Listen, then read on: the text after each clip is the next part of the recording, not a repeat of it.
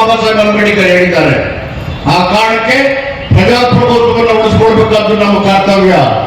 ಆ ಕಾರಣಕ್ಕೆ ಬ್ರಿಟಿಷರ ಸ್ವತಂತ್ರವನ್ನು ಕೊಡುವ ಸಂದರ್ಭದಲ್ಲಿ ಬಾಬಾ ಸಾಹೇಬ್ ಅಂಬೇಡ್ಕರ್ ಏನು ಉದಾಹರಣೆ ಒಂದು ಮಾಡ್ಕೆರೆ, ಇನ್ನೊಂದು ನಾಮಕಾಲ ಬ್ರಿಟಿಷರೇ ನೀವು ಇರುವಾಗಲೇ ನಿಮ್ಮ ಆಡಳಿತವಾಗಲೇ ಪ್ರವೇಶ ದೇವಸ್ಥಾನಕ್ಕೆ ಇಲ್ಲ, ಕೆರೆಯ ನೀರನ್ನು ಮುಟ್ಟುವಾಗಿಲ್ಲ.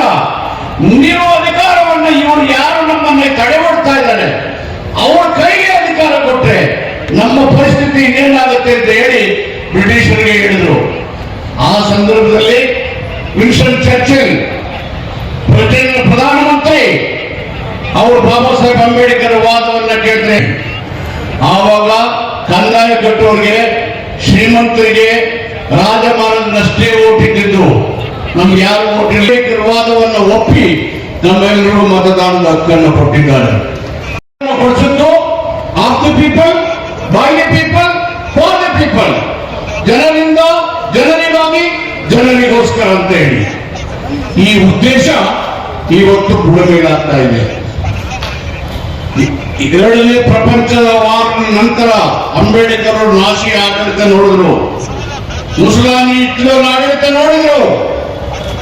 ನಾವು ಪ್ರಜಾಪ್ರಭುತ್ವ ಇಲ್ಲದೇನೆ ನಮ್ಮ ದೇಶ ನಡೆಸೋಕ್ಕಾಗಲ್ಲ ಅಂತ ಹೇಳಿ ನಮ್ಮೆಲ್ಲರೂ ಓಟಿನ ಹಕ್ಕನ್ನು ಕೊಟ್ಟಿದ್ದಾರೆ. ಆ ಓಟಿನ ಹಕ್ಕಿಗೆ ಇವತ್ತು ಗಂಡಾಂತರ ಬಂದಿದೆ. ಎಸ್ಐ ಮತದಾರರ ಪರಿಷ್ಕರಣೆ ಇಲ್ಲ ಸರ್, ವಿಶೇಷ ಮತದಾರರ ಪರಿಷ್ಕರಣೆ ಇದೇನು ಹೊಸ ವಿಚಾರ ಅಲ್ಲ, ಇದನ್ನೇ ಗೊತ್ತಾಯ್ತು. ಆದ್ರೆ ಇವತ್ತಿನ ಪರಿಷ್ಕರಣೆ ತನ್ನ ಬಿಜೆಪಿ ಇಡನ್ ಅಜೆಂಡಾ ಇದೆಯಲ್ಲ,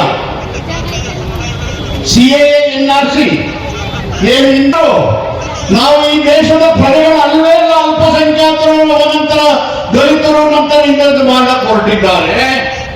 ಅದರ ಉನ್ನ ಬ್ಯಾಕ್ ಡೋರ್ ಎಂಟ್ರಿನೇ ಇವತ್ತಿನ